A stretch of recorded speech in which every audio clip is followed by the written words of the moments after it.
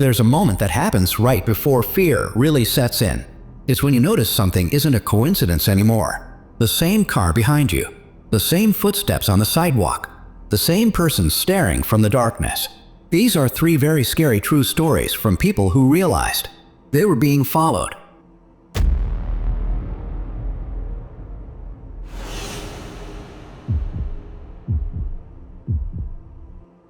This happened in the fall of 2021 when I was living in a small town just outside of Columbus, Ohio. I was 24 at the time and working as an overnight stalker at a grocery store called Meijer. The shift started at 10 p.m. and ended at 6 o'clock in the morning. It wasn't glamorous work, but it paid the bills while I figured out what I wanted to do long term. Because of the schedule, my daily routine was completely backwards compared to most people. I would wake up around 6 p.m., grab something quick to eat, and leave for work around 9:30. The drive from my apartment to the store took about 15 minutes if traffic was light, which it almost always was at that hour. The route I took was pretty simple. I'd leave my apartment complex, drive through a couple suburban neighborhoods, then cut across a long 2-lane road that went through a stretch of woods before reaching the main highway. That wooded road was the only part of the drive I didn't like. It was about 3 miles long with almost no streetlights. Just tall trees on both sides and the occasional mailbox marking a house hidden somewhere deep in the woods. At night it felt completely isolated. Still, I drove that road 5 nights a week and never had any problems. Until one Thursday night in October. I left my apartment around the usual time and started heading toward work. The air was cold enough that my breath fogged up the windshield slightly before the heater kicked in. I remember turning on the radio and letting it play quietly while I drove. When I turned onto the wooded road, I noticed a pair of headlights behind me. That wasn't unusual by itself. A few houses were scattered along that road, and sometimes other people used it as a shortcut to the highway. At first, the car stayed a normal distance behind me, maybe 5 or 6 car lengths. But after about a minute, I noticed it getting closer. Not dangerously close, just enough that I could clearly see the shape of the vehicle in my rearview mirror. It looked like a dark SUV. I figured maybe the driver was just impatient. So I sped up slightly. Almost immediately, the SUV sped up too. I slowed down again to the normal speed limit, which was about 40 miles per hour. The SUV slowed down with me. It felt like the driver was matching my speed exactly. I remember thinking it was kind of strange, but not necessarily threatening. Maybe they were just distracted or following someone ahead of me. Then something else happened that made me uneasy. I passed the first side road that branched off into a neighborhood. Normally, cars behind me would turn there pretty often, but the SUV stayed behind me. Then I passed the second side road, still behind me. By the time I reached the halfway point of the wooded stretch, the SUV was only about 2 car lengths behind. The headlights were bright enough that they filled my entire rearview mirror. At that point, I started feeling uncomfortable. So I tried a little test. I sped up to about 50. The SUV sped up. I slowed down to about 35. The SUV slowed down. It was like the driver was intentionally copying my speed. Now my stomach was starting to knot up. I kept glancing in the mirror, trying to see who was driving, but the glare from the headlights made it impossible to see anything inside the vehicle. Eventually, I reached the end of the wooded road where it connected to the main highway. This intersection had a red light. When I pulled up to it, the SUV rolled right up behind me. Closer than before. So close that I couldn't even see the front grille anymore. Just the headlights shining directly into my mirrors. I remember gripping the steering wheel tighter than usual. The lights stayed red for what felt like forever. Part of me wanted to just turn right and get away, but my usual route was straight ahead, and I didn't want to do anything that would make it obvious I was nervous. Finally, the light turned green. I drove straight onto the highway. To my surprise, the SUV followed me. At first I told myself that was still normal. Lots of people use that highway. But then I noticed something. Instead of switching lanes or passing me like most drivers would, the SUV stayed directly behind me the entire time. I drove for about 2 miles like that. Every time I changed lanes, it changed lanes. When I slowed down slightly, it slowed down. At this point my heart was starting to pound. I kept trying to come up with logical explanations. Maybe the driver just happened to be going the same way as me. Maybe they worked at one of the businesses near the grocery store. But the way they were matching every move I made didn't feel like coincidence anymore. Then something happened that confirmed my worst suspicion. The exit for the Meyer store appeared ahead. I took the exit like I always did. The SUV followed me off the highway. That was the moment my stomach dropped, because there were almost no other businesses open at that hour. Just the grocery store and a gas station across the street. As I turned into the Meyer parking lot, the SUV turned in behind me. The parking lot was nearly empty, just a few employee cars scattered near the entrance. Normally, I parked in the far corner of the lot where the overnight workers parked together. But suddenly, I didn't want to stop. Instead, I kept driving slowly through the lot. The SUV kept following me, row after row. It didn't try to pass. It didn't turn anywhere else. It stayed right behind me. At that point, I was starting to panic. So I drove toward the front entrance of the store where the lights were brightest. I figured if the driver was actually following me, they probably wouldn't want to do anything suspicious right in front of security cameras. As soon as I pulled up near the entrance doors, the SUV finally stopped moving. I looked in the mirror. The vehicle was parked about 20 feet behind me. And for the first time since this started, the headlights turned off. For a second, everything went dark behind me.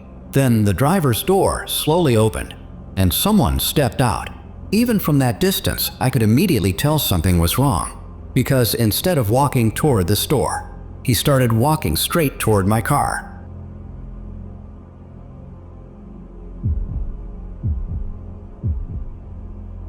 This happened in February of 2019 when I was living in Chicago. I was 21 at the time and attending a community college downtown while working part-time at a bookstore in the Loop. Because parking in the city was ridiculously expensive, I used the CTA trains to get around almost everywhere. My apartment was on the north side of the city, and every weekday I would take the red line down to the Loop for work or school. The routine became so normal that I stopped paying much attention to the people around me. Most riders kept to themselves anyway. Everyone either stared at their phone or looked half asleep during the commute. My shift at the bookstore usually ended around 10:30 at night. By the time I closed the store and walked to the train station, it was often close to 11. The station I used most was the one at Lake Street. Late at night, that station felt completely different than during the day. The crowds disappeared, the echo of footsteps seemed louder, and the platforms always felt strangely empty. One night in particular stands out. It was a Wednesday and snow had started falling lightly while I was finishing up at work.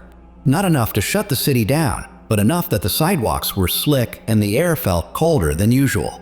I left the bookstore, pulled my hood up, and started walking toward the station. The streets were mostly quiet.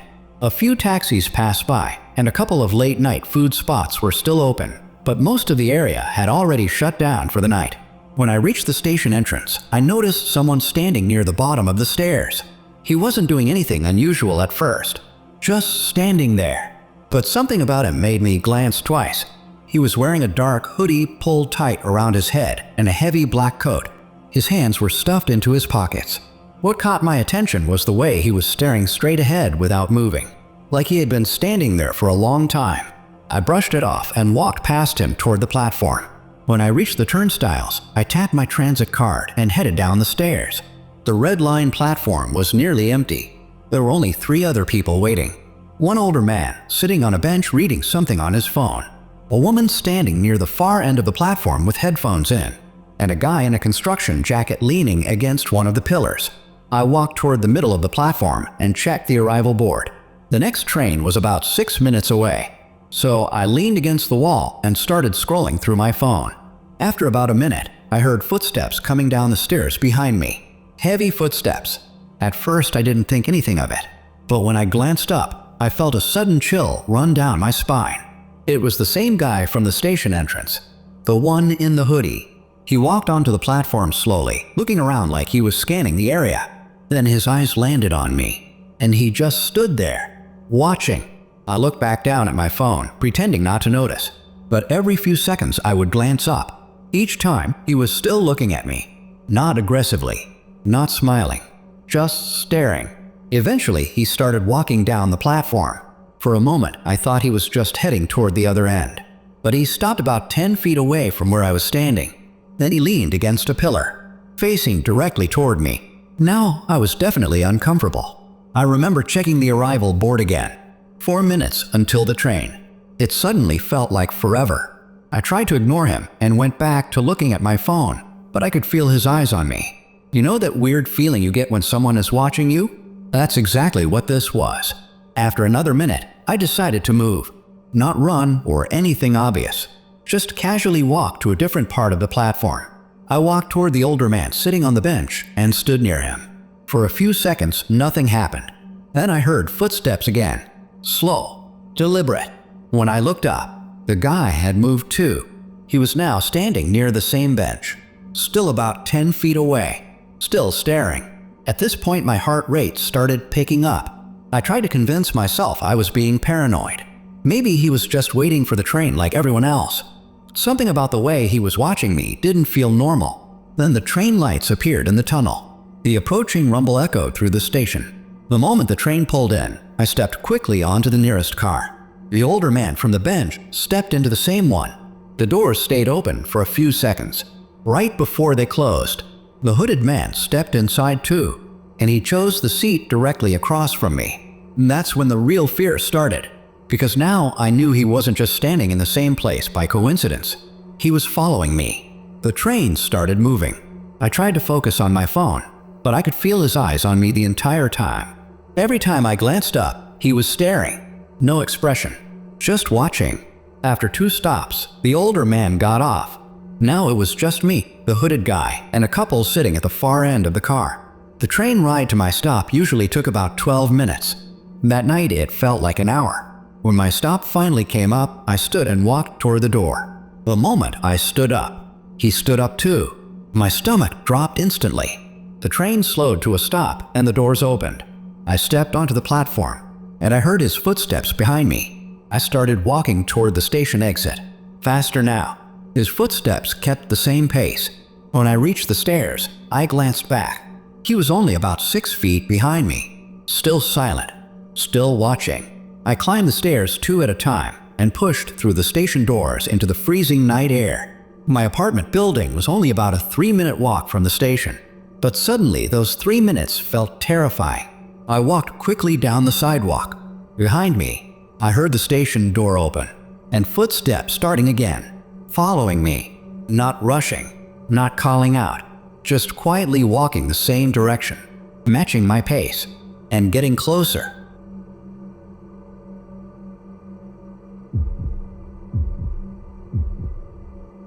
This happened in the summer of 2018 when I was 19 years old.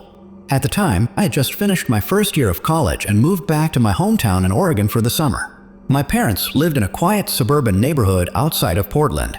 It was the kind of area where almost everyone knew each other, and people left their garage doors open during the day without worrying about anything. Our house sat at the end of a long cul-de-sac with woods stretching behind the backyard. Growing up, I always loved that part of the house because it felt peaceful and private. My bedroom was on the first floor facing those woods. There was a large window right next to my desk that looked out into the backyard. During the day, you could see a few tall pine trees and a small walking trail that ran deeper into the forest. But at night, that window basically turned into a black mirror. You couldn't see anything outside unless the porch light was on. For the first few weeks after I moved back home, nothing unusual happened. I spent most of my time hanging out with friends or working part-time at a coffee shop a few miles away. My shifts usually ended around 9 p.m. and I'd get home around 9:30. One night after work, I got home and noticed something strange. As I walked up the driveway, I thought I saw movement near the side of the house. It was quick, like someone stepping behind the corner of the garage. I stopped for a second and looked around, but everything was quiet. I figured maybe it was just a shadow or my imagination. The neighborhood had a lot of trees and sometimes branches moved in weird ways when the wind blew. So I shrugged it off and went inside. Later that night, I was sitting at my desk playing games on my laptop. My room light was on and the window next to me was open slightly to let in cool air. At some point, I leaned back in my chair and glanced toward the window. For a split second, I thought I saw something outside, like a shape, but when I leaned closer and looked out, there was nothing there, just darkness. I remember getting a weird feeling in my stomach. That feeling you get when your brain tells you someone might be watching you. I closed the window and pulled the blinds down after that. Still, I told myself I was just being paranoid. Over the next week or so, I started noticing little things that made me uneasy. One night, my dog started barking toward the backyard around midnight. He never barked like that unless someone was near the house. My dad went outside with a flashlight and checked the yard, but he didn't see anyone. Another time, I woke up around 2 o'clock in the morning because I thought I heard footsteps outside my window. Not loud footsteps, just slow movement on the grass. When I looked through the blinds, I couldn't see anything, but the feeling that someone was out there stayed with me. Then one night something happened that made everything suddenly very real. It was a Friday and I had just gotten home from hanging out with friends. My parents had already gone to bed. The house was completely quiet. I went into my room, turned on my desk lamp, and started watching videos on my laptop. After about 20 minutes, I got up to grab something from the kitchen. When I came back to my room, I noticed something that made me stop in the doorway. My blinds had moved slightly, just enough that there was a small gap between them. I was positive I had closed them completely earlier. At first, I thought maybe my dog had pushed them somehow, but he wasn't in my room. He was asleep in the hallway. I walked over slowly and looked at the window. The gap between the blinds was just big enough to see a thin strip of the backyard. For a few seconds, I just stared out into the darkness. And then I saw it. A silhouette, standing between two trees about 20 feet from my window. A person, perfectly still, watching my room. The moment my brain processed what I was seeing, my entire body froze. The figure didn't move. It just stood there, facing the house, facing my window. I couldn't see the face, only the outline of someone wearing what looked like a hood or hat. My first instinct was to step back from the window, but somehow I couldn't move. I was completely locked in place staring at this person standing in our backyard. Then something even worse happened. The figure slowly took a step forward, closer to the house. That snapped me out of it. I immediately backed away from the window and grabbed my phone. My hands were shaking so badly I almost dropped it. I ran into the hallway and woke my dad up. At first he thought I was overreacting, but when I told him there was someone standing in the backyard, he grabbed a flashlight and went to check. My mom called the police while he went outside. I stayed inside near the front door, terrified. My dad walked around the backyard shining the flashlight everywhere, but whoever had been there was already gone. The police arrived about 10 minutes later. They searched the woods behind our house with flashlights, but didn't find anyone. At that point, I thought maybe the person had just been some random trespasser passing through. But the next part is what made everything much worse. One of the officers walked around the side of the house and called for my dad. When we walked over there, the officer pointed his flashlight at the ground near my bedroom window. There were footprints in the dirt, several of them, leading back and forth directly beneath my window, like someone had been standing there for a long time. But the worst thing was what the officer noticed next. Pressed into the dirt right under the window were two deep marks, exactly where someone's feet would be if they had been standing close enough to look directly inside. The officer looked at my dad and said something I'll never forget. He said those prints didn't look fresh. They looked like they had been made repeatedly over several nights, meaning whoever that person was, they hadn't just shown up that night. They had been coming back, watching my window, over and over again. I never slept in that room again after that summer.